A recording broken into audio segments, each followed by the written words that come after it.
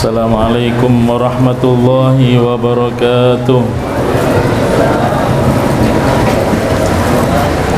Alhamdulillahi rabbil alamin, wassalatu wassalamu ala ashrafil anbiya wal mursalin sayyidina wa maulana Muhammadin wa ala alihi wa sahbihi ajma'in, amma ba'd. Subhanaka la ilma lana illa ma 'allamtana innaka antal alimul hakim. Rabbi shrah li sadri wa yassir li amri wahlul 'uqdatam min lisani yafqahu qawli. Segala puji bagi Allah atas segala nikmat-nikmatnya, terutama nikmat kesempatan kesehatan. Juga Allah hadirkan kita semua di rumahnya untuk bersalawat, berzikir, mendengarkan ayat-ayat suci Allah, juga mendengarkan kajian-kajian fikih dan nasihat-nasihat. Mudah-mudahan kehadiran kita diridhai oleh Allah Subhanahu wa taala dan membawa keberkahan dalam kehidupan kita. Amin amin ya rabbal alamin. Salawat serta salam kita haturkan kepada junjungan kita, panutan kita, Nabi besar Muhammad sallallahu alaihi wasallam, juga kepada keluarganya, para sahabatnya dan para pengikutnya hingga akhir zaman. Mudah-mudahan kita mendapatkan syafaat baginda Nabi Muhammad sallallahu alaihi wasallam. Jamaah Majelis Itsnain yang dirahmati Allah, kajian tartil kita pada malam hari ini sampai pada surat Al-Baqarah ayat 92. Nanti kita baca dua ayat 92 dan ayat 93.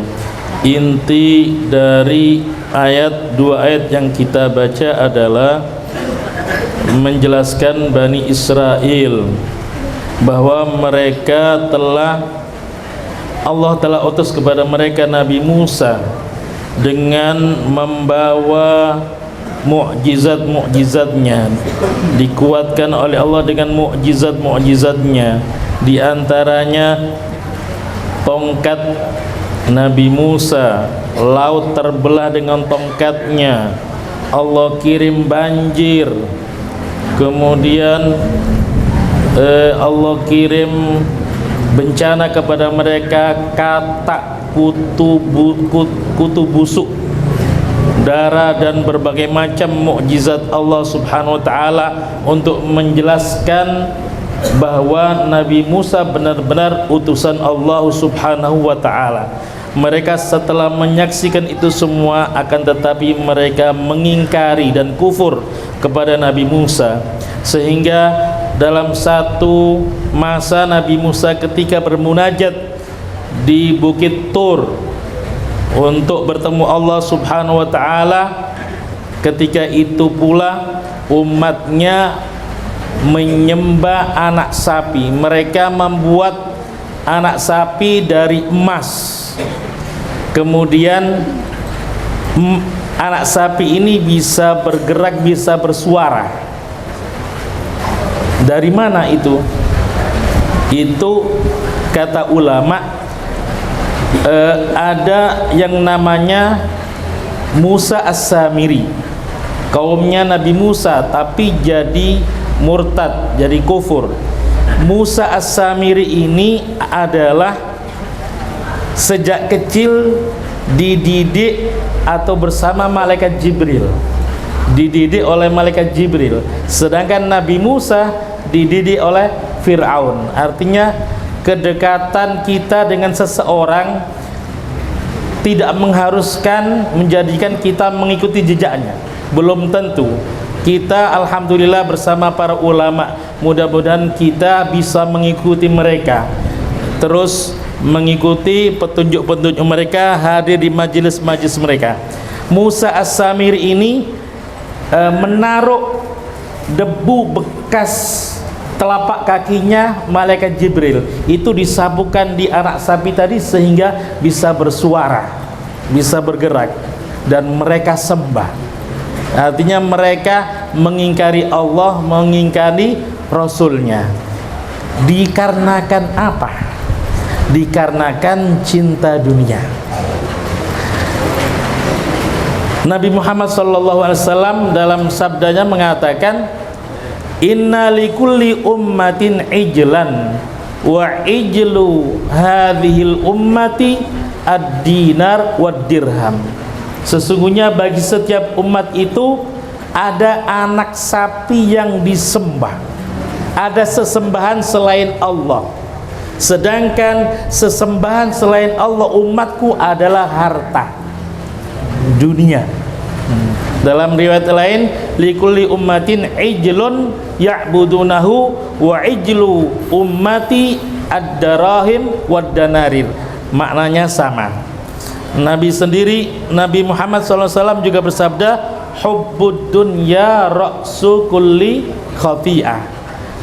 Kita diizinkan oleh Allah untuk mencari dunia, bahkan diwajibkan mencari nafkah. Yang dilarang, Allah tidak melarang kita jadi orang kaya, tapi yang dilarang adalah cinta harta, cinta dunia. Itu yang dilarang. Nabi Muhammad SAW sabdakan, hubbuka syai'a yu'mi wa yusimmu. Kecintaanmu terhadap sesuatu itu dapat menjadikan kamu buta dan tuli. Buta dari kebenaran, tuli dari hal-hal yang benar. Mudah-mudahan kita semua dijauhkan oleh Allah dari cinta dunia. Kita berdoa seperti doanya Imam Haddad, Allahumma akhrij min qulubina kulla qadrin lid dunya wa kulla mahallin lil khalqi yamilu bina ila ma'siyatik aw yushghiluna an ta'atik aw yahulu bainana wa bainat tahaqquqi bi ma'rifatil khassah wa mahabbatikal khalisah. Amin amin ya rabbal alamin.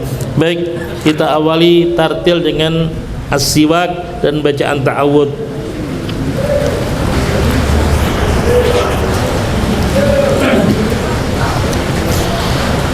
A'udzu billahi minasy syaithanir rajim. A'udzu billahi minasy syaithanir rajim. Bismillahirrahmanirrahim. Bismillahirrahmanirrahim.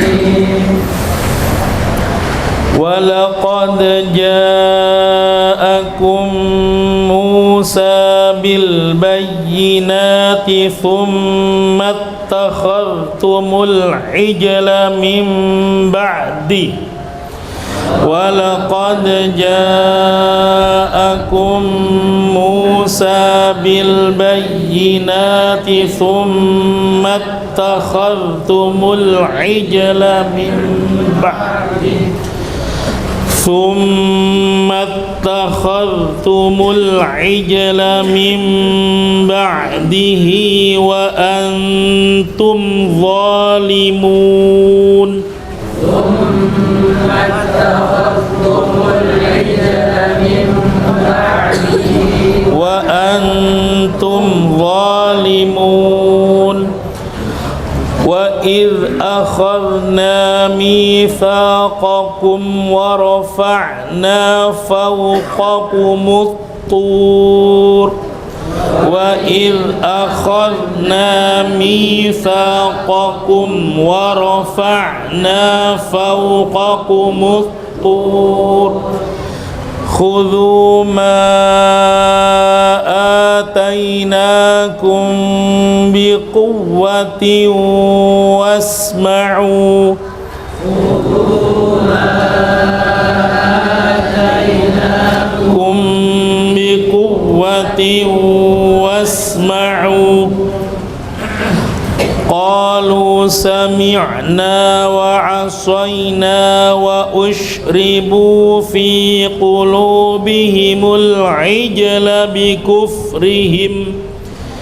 قالوا سمعنا وعصينا وأشربوا في قلوبهم العجل بكفرهم Qul bi'sa ma ya'murukum bihi imanukum in kuntum mu'minin.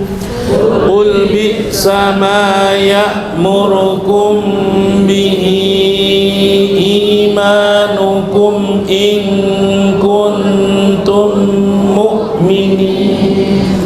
Sadaqallahul azim. Sadaqallahul azim. Assalamualaikum warahmatullahi wabarakatuh.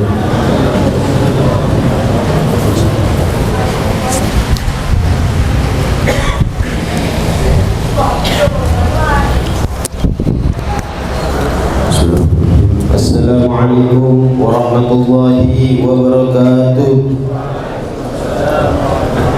Alhamdulillah, assalatu wassalamu ala rasulillah Sayyidina Muhammad bin Abdullah wa ala alihi wa sahbihi wa man wala, amma ba'd. Puji syukur kehadirat Allah subhanahu wa ta'ala, berkat nikmat dan karunia-Nya, berkat inayah. Alhamdulillah kita diberikan nikmat kesehatan sehingga bisa hadir pada malam hari ini. Salawat serta salam kita haturkan kepada baginda Nabi besar Muhammad sallallahu alaihi wasallam beserta keluarga, sahabat hingga umatnya ila yaumil qiyamah. Yang kami hormati orang tua kami, guru kami Al-Habib Zaid bin Ali Al-Habsyi dan juga Al-Ustaz Salahuddin, semoga Allah panjangkan umur beliau-beliau. Yang kami hormati Al-Habib Haikal bin Zain Al-Habsyi dan juga Al-Habib Muhammad bin Zain Al-Habsyi, dan tentunya para jamil habaib, masyayikh wal asatid, dan juga yang kami hormati hadirin wal hadirat yang telah menyempatkan diri untuk datang untuk hadir pada malam hari ini. Alhamdulillah, tadi kita telah sama-sama belajar tahsin tartil Al-Quran yang dipimpin langsung oleh Al-Ustaz Salahuddin. Sebelumnya tadi kita dijelaskan bagaimana tentang kenambungan Bani Israel. Walaupun segala macam, bermacam-macam Allah tunjukkan kebesarannya, akan tetapi tetap saja mereka la yu'min, tidak beriman kepada Allah subhanahu wa ta'ala. Tetap mereka melencengkan keimanannya, sebagaimana yang terjadi pada zaman sekarang ini. Pembantaian habis-habisan, mau apapun disebutkan oleh negara lain, tetap mereka berpegang teguh pada kebenaran tentang pembantaian yang mereka anu. Apapun argumen yang kita keluarkan, tetap mereka membenarkan. Tetap ada saja sanggahan untuk membenarkan hal-hal yang mereka lakukan kepada saudara kita di Palestina sana. Jadi memang dari dulu sampai sekarang orang Bani Israel nambongo nak kurang ajar, lengkap.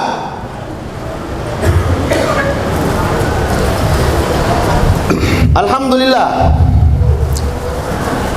mudah-mudahan kita dijauhkan daripada sifat-sifat nambongo tidak badengar. Mudah-mudahan kita dijadikan orang-orang yang taat kepada guru-guru kita. Dan juga sebelum kita memasuki kepada pembacaan kitab, sedikit kami informasikan bahwasanya Sulawesi Tengah menjadi penyumbang, salah satu penyumbang terbesar permasalahan HIV dan AIDS. Korbannya diantara lain paling banyak pemuda berumur 15 sampai 23 tahun. Ibu bapak tahu HIV atau AIDS? Yang katanya sampai sekarang belum ada obatnya ditemukan. Yang ada hanya cara penanggulangan untuk mencegah, mempercepat timbulnya efek tersebut. Marilah kita sama-sama menjaga diri kita. Sedia payung sebelum hujan. Lebih baik mencegah daripada mengobat. Di antara lain penyebab kebanyakan HIV yaitu yang pertama, pergaulan bebas. Yang satunya lagi yang lebih besar, yang paling besar, adalah LGBT. Stop gunting rambut sama bencong. Anak-anak muda, stop gunting rambut sama bencong.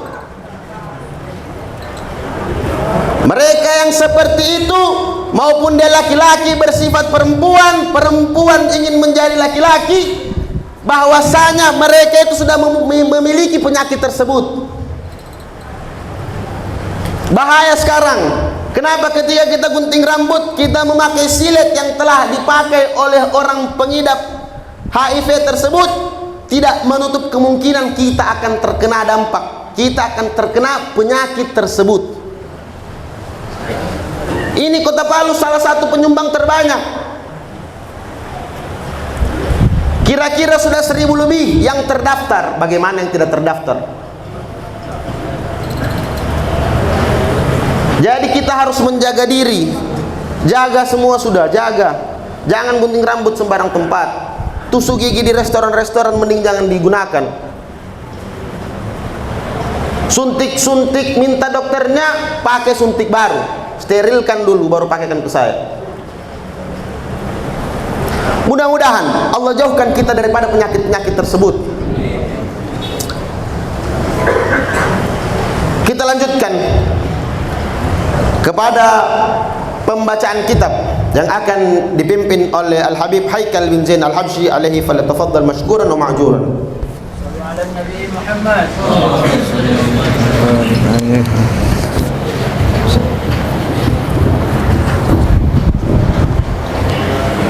Bismillahirrahmanirrahim. Assalamualaikum warahmatullahi wabarakatuh.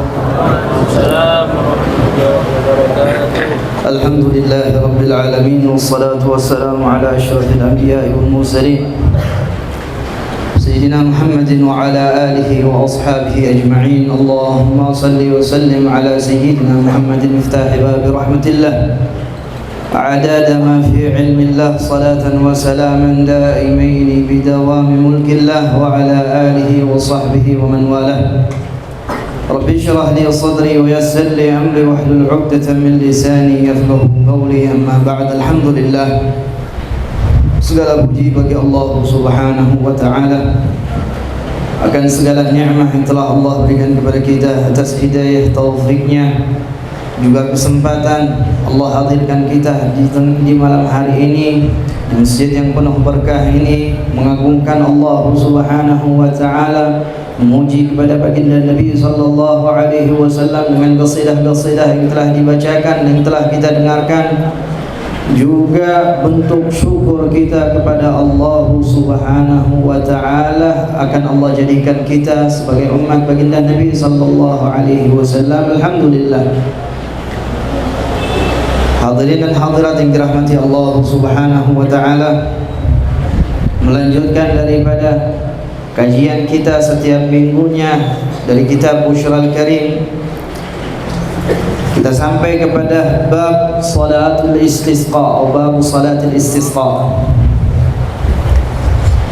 Bab menjelaskan tentang salat al-istisqa. Istisqa ay talabus suqyah. Istisqa maknanya meminta as-suqyah, yaitu hujan. Alhamdulillah, hari-hari ini daerah kita Allah selalu diguyur hujan, tapi kita minta sama Allah mudah-mudahan hujan yang Allah turunkan malam hari ini atau yang akan datang adalah bentuk daripada rahmat dan kasih sayangnya Allah Subhanahu wa taala, bukan daripada azab ataupun bencana yang Allah berikan kepada kita, wal iyadu billahi taala. Lalu di dalam bahasa Arab, setiap fi'il atau kata kerja kalau didahului dengan alif dan sin itu maknanya talab, maknanya meminta. Contoh kayak tadi, al-istisqa maknanya meminta hujan. Istighfar, istighfar meminta ampun. Istakhlasa meminta dibebaskan, minta diikhlaskan.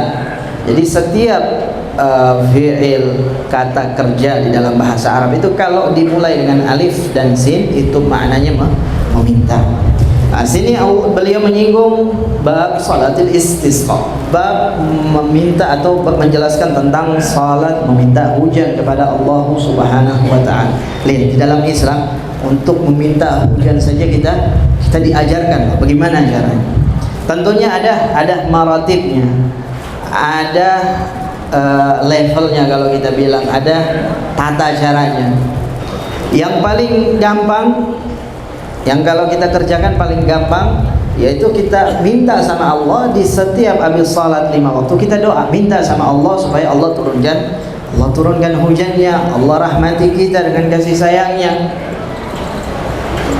Yang kedua, bagi imam atau bagi khatib setiap salat Jumat misalnya, setiap kali membacakan khutbah, setelah membacakan khutbah itu ditutup dengan doa-doa yang dia panjatkan untuk meminta hujan juga kepada Allah Subhanahu wa taala. Adapun cara yang ketiga ini yang akan disampaikan oleh beliau, yaitu yang didahului dengan beberapa amalan. Beberapa amalan, mungkin diantaranya puasa ataupun bersedekah yang akan beliau sampaikan. Gal wa sunnal istisqa'u bidu'a khalfas salawat wa fi khutbatil jum'ah. Disunnahkan istisqa tadi itu, meminta hujan, meminta rahmat daripada Allah di setiap selesai kita salat kita minta. Wa fi khutbatil jum'ah, dan di khutbah Jum'ah. Wal afdal, ini cara yang ketiga kata beliau, yang paling afdal caranya ayyamurul imam an-nas bil birri wa shaumi 3 ayyam. Kalau ada satu daerah, satu negeri yang mengalami paceklik, kemarau panjang, tidak turun-turun hujan, nah, ini imam, yang dimaksud dengan imam adalah orang yang memimpin daerah tersebut, atau orang yang perkataannya didengarkan oleh masyarakat daerah tersebut, seperti qadhi masalan dan lain-lain, atau dia seorang panutan di tempat tersebut, hendaknya memerintahkan masyarakat yang ada di daerah itu untuk apa? Yang pertama, untuk bil birri, melakukan amal kebaikan dulu. Yang pertama tentunya bertaubat kepada Allah Subhanahu wa taala. Tidak ada amal yang lebih baik yang dikerjakan oleh seseorang daripada memperbanyak taubat, tajdid taubat, selalu memperbaharui taubatnya. Bisa jadi sebab Allah menahan hujan karena dosa-dosa yang kita kerjakan. Ma dhahara al-fasadu fil barri wal bahri bima kasabat aydin nas, entah dengan ulah tangan kita atau dengan kelakuan kita, dengan kemaksiatan kita. Imam hendaknya memerintahkan masyarakatnya, orang-orangnya untuk berbuat baik. Kalau imam memerintahkan juga untuk bersedekah, kalau sudah ada perintah dari imam maka sedekah menjadi wajib. Tapi yang wajib yang sedikit, agallul mutanawwil kata para ulama, sedikit yang bisa dimakan atau yang bisa dirasakan oleh fakir miskin. Yang sedikit, tidak harus besar, tidak harus banyak, semampu kita sedikit. Begitu juga imam memerintahkan mereka untuk berpuasa 3 hari juga sama. Ada yang mengatakan sunnah, tapi mu'tamad ada yang mengatakan kalau itu sudah diperintahkan oleh imam, oleh pemimpin daerah tersebut atau oleh qadhi, maka puasa tersebut menjadi wajib 3 hari. Kemudian kata beliau, wa yakhrujuna fir rabi' siyaman ila as-sahra'i bi thiyabil badlati mutakhashshi'ina bil masyayikh was-sibyani wal bahaim. Kemudian setelah berpuasa 3 hari, hari keempat juga sama, masih berpuasa ya, masih berpuasa, tapi mereka keluar kemana? Ila sahra, ke tempat yang terbuka. Ada yang mengatakan boleh di masjid juga, dilaksanakan di masjid. Bahkan ada yang mengatakan afdalnya di masjid, kalau tidak muat ya di luar. Seperti salat Id. Seperti salat Id. Keluar. Untuk apa? Untuk berkumpul melaksanakan salat. Bagaimana keadaan kita keluar pada hari keempat tersebut? Kata beliau, biyabil badlah, pakai baju yang sudah usang. Cari baju yang paling lama punya kita, yang sudah usang, yang sudah jelek, itu yang dipakai. Untuk apa? Kita perlihatkan kepada Allah, ya Allah, ini saya hambamu yang miskin, hambamu yang lemah, tidak punya apa-apa. Untuk meminta hujan saja setetes air saya harus meminta kepadamu ya Allah. Kami ini hamba yang miskin, hamba yang tidak punya apa-apa. Engkau yang maha kuasa. perlihatkan kerendahan diri kita di hadapan Allah yang Maha Esa, dengan pakaian yang al-badlah mutakhasyiin, dalam keadaan khusyuk, khudu keluar. Jangan keluar dengan tertawa, terbahak-bahak. Kita perlihatkan kita ini betul-betul butuh kepada Allah Subhanahu wa taala. Bukan cuma itu, bil masyayikh was-sibyan wal bahaim. Kita ajak juga orang-orang tua yang sudah jompo, ajak mereka keluar. Mampu untuk keluar, kita ajak mereka keluar. Anak-anak kecil kita bawa mereka keluar, yang masih bayi kita bawa keluar. Hewan-hewan ternak juga disunnahkan dibawa keluar. Nah, dalam hadis Nabi SAW pernah bersabda, laula syuyukh ruk'a wasyabab khusya wasibyan rudda wal bahaim rudda la sabba alaikumul adzab sabba. Kalau bukan karena orang-orang tua yang sudah jompo, yang tua, yang banyak ibadahnya kepada Allah, ruk'a, yang banyak rukuknya, atau kalau bukan karena anak-anak muda yang khusyuk, kalau bukan karena anak-anak bayi yang masih menyusu kepada ibunya, dan kalau bukan karena hewan-hewan yang diternak, la subba alaikumul adzab sabba, kata Nabi, maka akan Allah timpahkan kepada kalian, Allah curahkan kepada kalian azabnya yang begitu pedih. Kita keluarkan mereka. Kalau ada orang-orang saleh di antara mereka, orang-orang yang doanya cepat diijabah oleh Allah, kedepankan mereka. Dalam hadis sahih diriwayatkan oleh Imam Al-Bukhari radhiyallahu anhu, pada tahun Al-Amr Ramadah di Madinah pada saat itu, zamannya Sayyidina Umar radhiyallahu anhu, terjadi paceklik yang begitu panjang. Hewan-hewan ternak mereka banyak yang mati, tumbuh-tumbuhan mereka tidak ada yang tumbuh, paceklik yang begitu panjang. Keluar orang-orang untuk meminta hujan kepada Allah. Sayyidina Umar radhiyallahu anhu memanggil Sayyidina Abbas, amun Nabi sallallahu alaihi wasallam, paman baginda Rasulullah sallallahu alaihi wasallam, orang yang dimuliakan oleh Rasulullah. Dipanggil oleh Sayyidina Umar, diletakkan beliau di paling depan. Kemudian Sayyidina Umar berkata, ya Allah, dulu ketika Rasulullah, Rasulmu, kekasihmu masih hidup, kami meminta kepadamu dengan sekarang, ya Allah, kami memohon kepadamu dengan Sayyidina Abbas radhiyallahu anhu, karena kedekatan beliau kepada Rasulullah, maka berikanlah hujanmu kepada kami. Bahkan diriwayatkan belum Sayyidina Abbas menurunkan tangannya, Allah telah mengutus awan-awan kemudian menurunkan hujannya pada saat itu juga.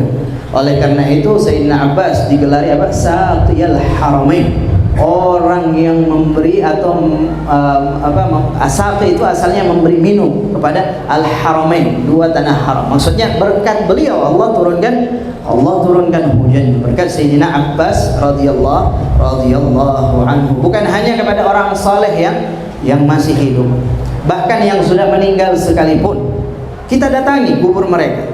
Haram tidak bid'ah, tidak, kerjakan. Dan ini yang diajarkan oleh para salaf kita. Al-Imam Adz-Dzahabi radhiyallahu anhu dalam kitabnya Siyar A'lamin Nubala, beliau menulis sebuah cerita ketika beliau menuliskan tentang manaqib Imam Al-Bukhari radhiyallahu anhu, ketika menyebutkan kapan Sayyidina Imam Al-Bukhari Muhammad bin Ismail itu tufi, beliau bercerita di situ ada suatu kejadian yang terjadi di Bukhara sana atau di Uzbekistan sekarang, pada saat itu di tempat di Samarkand. Imam Al-Bukhari dikuburkan di sana. Terjadi paceklik yang begitu panjang. Ini pemerintah pada saat itu sudah memerintahkan masyarakatnya untuk salatul istisqa. Sudah berulang-ulang mereka minta sama Allah, tapi tidak juga Allah turunkan hujan. Ada salah seorang yang saleh datang ke Qadhi pada saat itu. Dia datang sama Qadhi, dia katakan, wahai Qadhi, saya ini punya pendapat. Kalau kau kerjakan, saya lihat insya Allah Allah akan turunkan hujan. Apa itu kata Qadhi tadi? Kau pergi sama masyarakat yang ada, datang ke kuburannya Al-Imam Al-Bukhari radhiyallahu anhu, kemudian mintalah kepada Allah agar Allah turunkan hujan di sana, di kubur beliau. Tawassul sama beliau.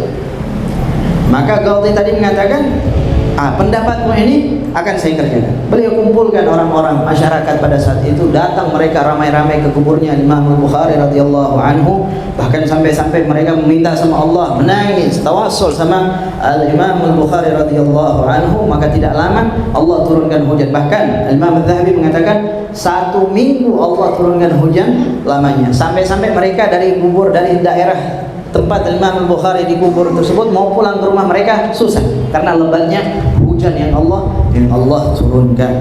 Wal bahaim juga keluarkan, hewan-hewan ternak. Jangankan hewan, bahkan bisa jadi Allah menurunkan hujan kepada kita berkat mereka, berkat hewan-hewan tersebut. Ada yang Allah turunkan hujan berkat semut.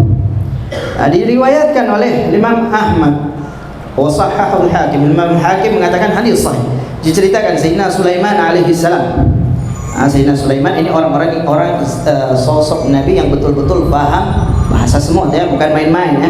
Bahasa semut yang betul-betul beliau paham, bukan seperti yang sekarang mengaku-ngaku paham. Nabi Allah Sulaiman saat itu sama terjadi paceklik, keluar dengan umatnya, ingin meminta sama Allah Subhanahu wa taala, minta turun hujan. Begitu beliau lewat, beliau melihat seekor semut yang berbaring, terlentang. Punggungnya diletakkan di tangan, mengangkat tangannya. Semut tersebut berdoa, didengarkan oleh Sayyidina Sulaiman karena beliau paham betul akan bahasa semut.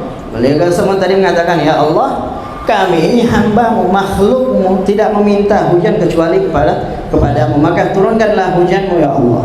Sayyidina Sulaiman mengatakan kepada umatnya, sudah pulang. Kenapa? Sudah, subitum bida'wati ghairikum, kalian akan diturunkan hujan oleh Allah berkat doa daripada selain kalian, daripada selain golongan kalian semut tadi itu. Allah turunkan hujan berkat semut. Kita keluarkan husnudzon sama orang-orang yang keluar. Kata beliau, wa yakhrujuna fil rabi wa bil masyayikh was-sibyan wal bahaim ba'da ghuslin tanzif wa yusalluna rak'atain kal-id. Tata caranya kata beliau, salat 2 rakaat seperti salat Id. Mohon maaf kita tambah sedikit Ustaz. Selesaikan saja.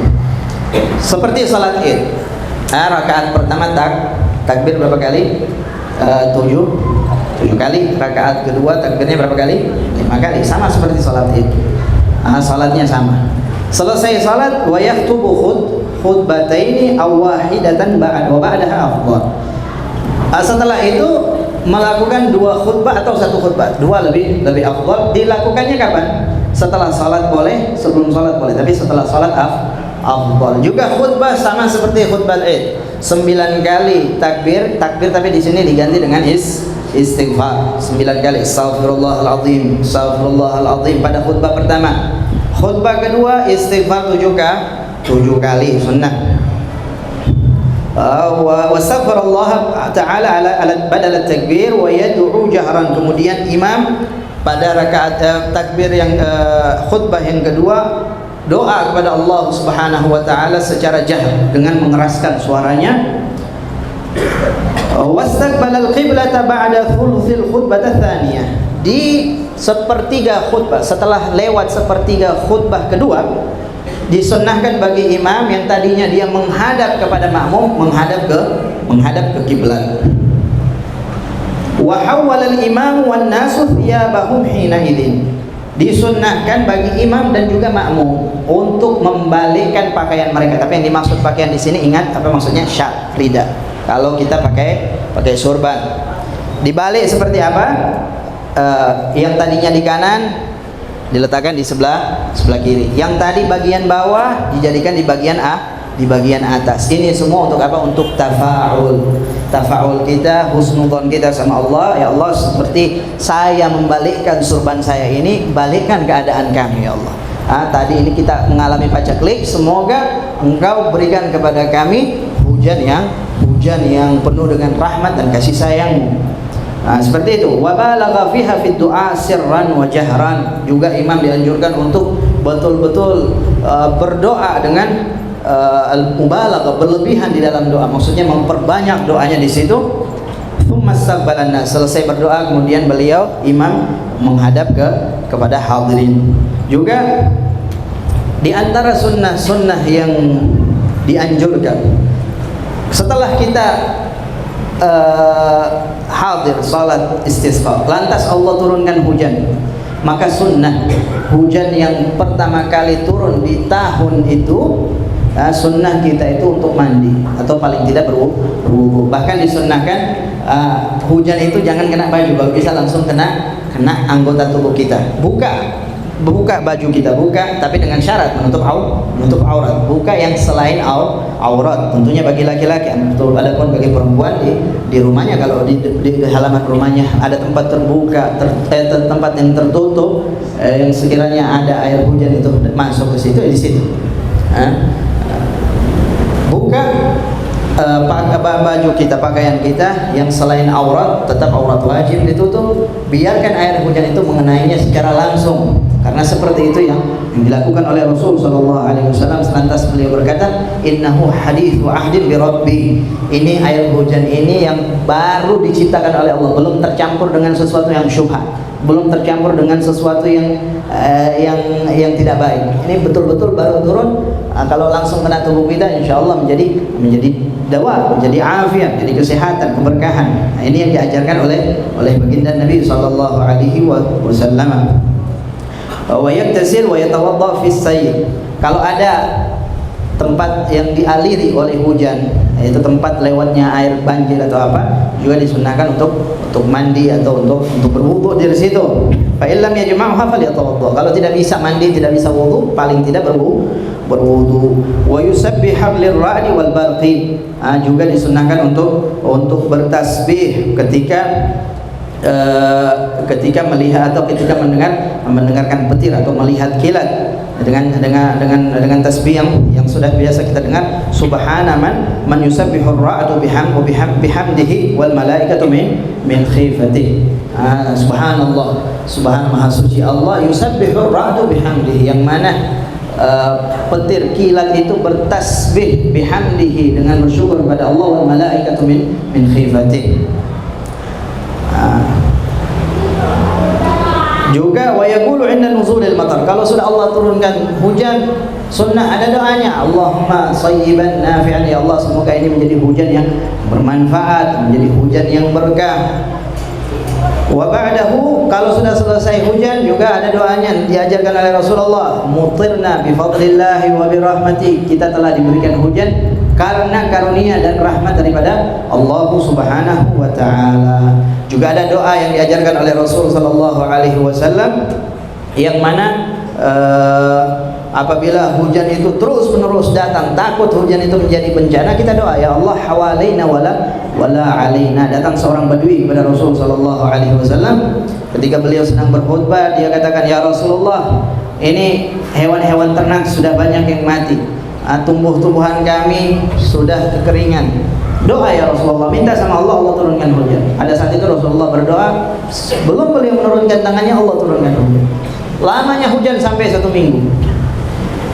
Pada minggu kedua Rasulullah SAW sedang berkhutbah di mimbarnya, dan badui tadi mengatakan, ya Rasulullah, hewan rumah kami sudah mau roboh, hewan-hewan ternak kami banyak yang mati karena hujan, banjir. Doa ya Rasulullah supaya Allah hilangkan hujan ini. Nabi katakan, Nabi memberi isyarat. Dalam riwayat katakan Nabi memberi isyarat kepada awan yang ada, kemudian awan-awan tersebut terbuka, membasahi yang berada di sekitar Madinah saja. Doa yang diajarkan oleh Rasulullah tadi, ya Allah hawalaina wala alaina, turunkan hujan itu yang berada di sekitar kami, Allah, yang belum engkau turunkan hujan di situ. Wala alaina, jangan lagi engkau turunkan kepada kami. Nasallallahu ta'ala yuwaffiqana lima yuhibbu wa yarda, la yuhrimna khairan ma 'indahu wa syarran ma 'indana, fadlan minhu judan karaman wa ihsana.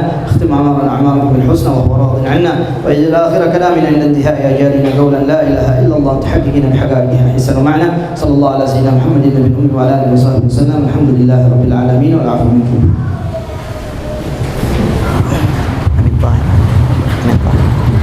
Amin Tahir. Satu.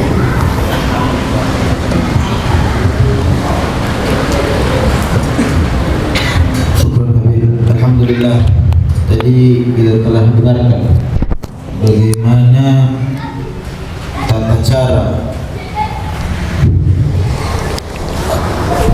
atau ada berapa tingkatan untuk meminta hujan.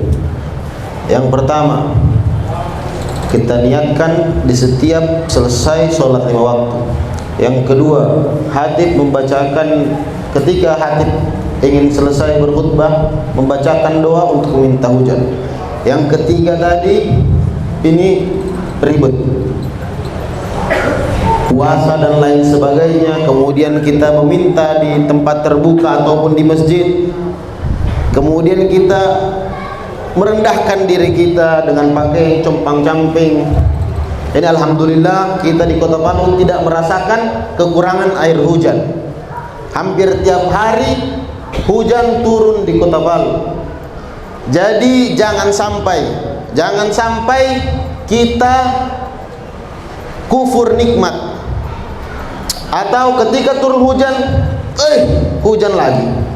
Kenapa hujan lagi? Sumpek kalau hujan, sumpurara kalau hujan, tidak bisa keluar. Jadi jangan sampai kita kena kufur nikmat. Bahwasanya hujan itu diturunkan oleh Allah adalah mempunyai kenikmatan tersendiri. Bagaimana di daerah-daerah lain yang tidak mendapati hujan, mereka tersiksa, tanaman dan lain sebagainya tidak tumbuh. Sampai diajarkan tata cara meminta hujan kepada Allah Subhanahu wa taala. Untuk itu, jangan sampai kita kena kufur nikmat, kita sumpek dengan turunnya hujan. Kalau memang hujannya lebat, minta kepada Allah untuk diredakan hujannya. Jangan nasumpurara dengan hujan. Selanjutnya kita beralih kepada tausiah yang akan disampaikan oleh Al-Ustaz Amir Hafid Amin Tahir. Al-Ustaz Amin Tahir alaihi falyatafaddal mashkuran wa ma'juran.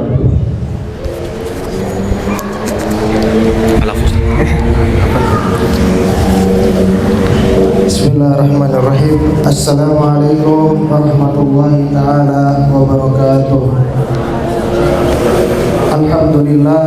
Alhamdulillahi rabbil alamin. Wabihi nasta'in ala amri dunya waddin. Wassalatu wassalamu ala asyrafil anbiya'i wal mursalin Sayyidina wa maulana Muhammadin wa ala alihi wa sahbihi wa mawala.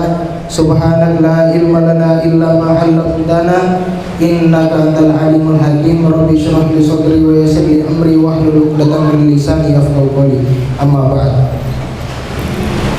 Yang kami hormati dan kami muliakan guru kita bersama Al-Ustaz Salahuddin, ada juga Habib Haikal, ada juga Habib Muhammad, dan juga ada Habib Zain, dan seluruh masyayikh, asatiz, habaib semuanya. Semoga dengan kehadirannya mereka, berkumpulnya kita dengan bersama mereka, semoga Allah Subhanahu wa taala jadikan ini adalah tanda-tanda daripada kebaikannya yang Allah Subhanahu wa taala berikan kepada kita. Amin amin ya rabbal alamin. Salatullah dan salamnya semoga tetap tercurahkan kepada junjungan agung Nabi Allah, Nabi besar Nabi Muhammad sallallahu alaihi wasallam, yang berkat beliau sehingganya Islam sampai kepada kita, yang berkat beliau sehingganya kita bisa merasakan bagaimana itu syariat agama Islam, yang mana perjuangan baginda Nabi Muhammad SAW bertumpah keringat, bertumpah darah, semuanya karena cinta kepada umatnya sendiri, yaitu baginda Nabi Muhammad SAW. Ma'asyiral muslimin wa zumratus sholihina rahimakumullah, yang disinggung oleh guru kita tadi Ustaz Salahuddin, bahwasannya Musa As-Samiri yang diasuh langsung oleh malaikat Jibril, dan Nabi Allah Musa yang diasuh oleh Fir'aun. Saya teringat dengan satu hadis baginda Nabi Muhammad SAW, yang mana satu hadis ini para ulama qulubnya tinggi kepada Allah, takut karena hadis ini, khawatir karena sebab hadis ini, selalu meminta pertolongan di akhir hayatnya karena sebab hadis ini. Potongan hadisnya baginda Nabi Muhammad SAW bersabda, Inna ahadakum la ya'malu bi amali ahlil jannah hatta ma yakunu bainahu wa bainaha illa dhira' fayasbiqu alaihi alkitab fayamalu bi amali ahlin nar fayadkhuluha. Baginda Nabi Muhammad SAW bersabda, sesungguhnya salah seorang seorang daripada umatku, daripada kalian, selalu melaksanakan amal perbuatan yang baik, hatta ma yakunu bainahu wa baina jannah illa zira, sehingganya dengan perbuatan yang baik itu kedudukannya, derajatnya, pahalanya mendekatkan dirinya dengan surga sampai hanya selengan dekatnya. Banyak sekali amal ibadahnya, akan tetapi fayasbiqu alaihil kitab, akan tetapi sudah didahului dalam kitabnya di Lauhul Mahfuz, dia termasuk orang-orang yang merugi, orang-orang yang dimasukkan oleh Allah Subhanahu wa taala di dalam neraka. Fayamalu bi amali ahlin nar fayadkhuluha, dan kemudian sebelum dia meninggal dia melakukan amalan ahli neraka dan kemudian dia masuk karena amalan tersebut.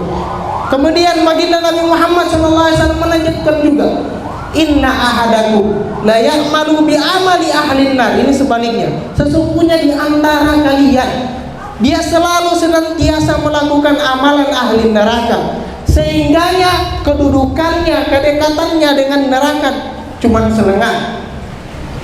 Akan tetapi fayasbiqu alaihil kitab, akan tetapi kitab telah mendahuluinya di Lauhul Mahfuz. Allah tetapkan dia menjadi orang-orang yang muflihun, orang-orang yang beruntung, dan kemudian sebelum dengan kebanyakannya maksiat yang dia lakukan, sebelum dia meninggal dia melakukan satu amalan kebaikan dan meninggal dengan amalan kebaikan tersebut, fayadkhuluha. Dan Nabi Muhammad SAW mengatakan dia masuk ke surganya Allah dengan kebaikan tersebut. Dari hadis ini kita diajarkan untuk selalu tawadhu, untuk selalu rendah diri. Sebanyak apapun ibadah kita, sebanyak apapun ilmu kita, sebanyak apapun kebaikan yang kita miliki, hendaknya kita selalu tawadhu di hadapan makhluk Allah Subhanahu wa taala. Bahkan sekelas baginda Nabi Muhammad SAW, Nabi yang paling mulia, Allah Subhanahu wa taala ajarkan kepada beliau, wahfid janahaka lil mu'minin, rendahkan dirimu wahai Muhammad terhadap orang-orang yang beriman. Ini sekelas Nabi, apalagi kita.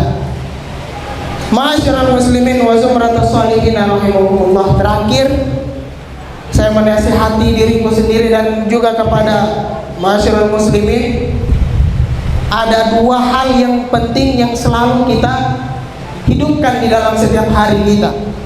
Yang pertama yaitu niat yang baik. Niat yang baik. Masalah niat adalah masalah yang terpenting. Bahkan niat saking pentingnya, ibadah, salah satu ibadah kalau tidak dibarengi niat maka tidak sah ibadah tersebut. Contohnya sholat, kalau tidak ada niat tidak sah sholatnya. Niat wajib hukumnya. Puasa dan ibadah-ibadah yang lain wajib memakai niat. Dan juga dianjurkan kepada kita ketika kita melakukan kebaikan, melakukan hal-hal yang sunnah, hendaknya kita memperbanyak niat kepada Allah Subhanahu wa taala. Bahkan sebagian ulama mengatakan sesuatu yang mubah kalau kita barengi dengan niat yang baik kita akan mendapatkan pahala. Contoh makan hukumnya mubah, mau makan atau tidak terserah kau. Tapi ketika kita makan dengan niat yang baik, ya Allah saya makan ini untuk supaya saya kuat badanku, agar supaya saya bisa berdiri untuk berhadapan dengan Engkau di dalam sholat, agar supaya semangatku, tenagaku terisi, agar supaya saya bisa mencari uang untuk keluarga saya. Nah, orang yang makan model seperti ini mendapatkan pahala dari Allah Subhanahu wa ta'ala. Bahkan jangankan sesuatu yang belum terjadi, yang belum terjadi saja kita berniat yang baik, Allah Subhanahu wa ta'ala berikan ganjaran. Baginda Nabi Muhammad SAW bersabda, niatul mu'min khairum min amali.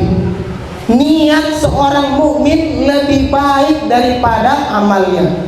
Kita berniat yang baik, Allah Subhanahu wa ta'ala berikan ganjaran lebih banyak daripada kadang kita melakukan amalan tersebut.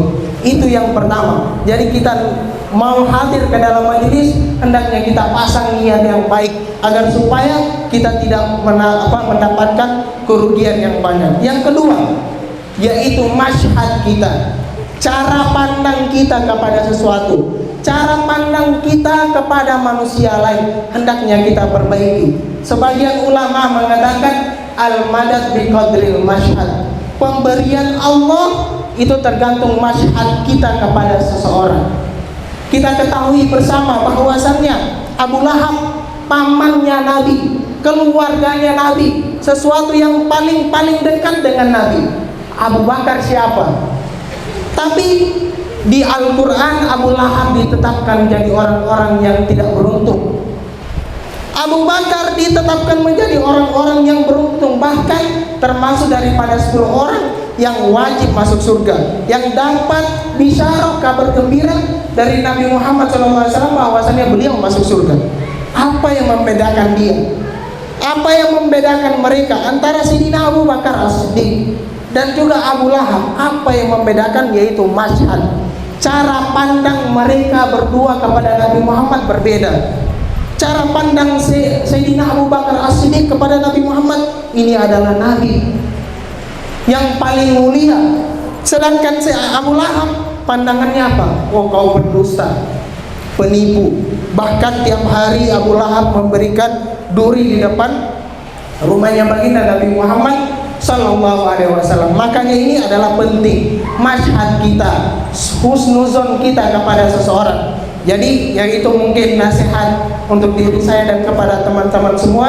Yang pertama, selalu memperbaiki niat kita dimanapun apapun yang kita lakukan, hendaknya memperbaiki niat kita, karena baginda Nabi Muhammad SAW bersabda, wa innama likulli imri'in ma nawa, sesungguhnya sesuatu itu akan diberikan ganjaran sesuai apa yang dia niatkan. Itu yang pertama. Yang kedua, masyhad kita, cara pandang kita kepada sesuatu hendaknya kita perbaiki. Selalu husnuzon kepada seseorang, selalu merendah diri. Semoga kita yang hadir pada malam hari ini, semoga Allah Subhanahu wa taala tetapkan kita bersama orang-orang yang beruntung. Amin amin ya rabbal alamin. Dan semoga berkumpulnya kita pada malam hari ini membacakan sholawat, membacakan zikir, membacakan Al-Quran, semoga termasuk daripada tanda-tanda menjadi orang yang baik. Sebagaimana baginda Nabi Muhammad SAW bersabda, "May yuridillahu bihi khairan yufaqihu fiddin." Barang siapa yang ditetapkan oleh Allah di dalam kebaikan,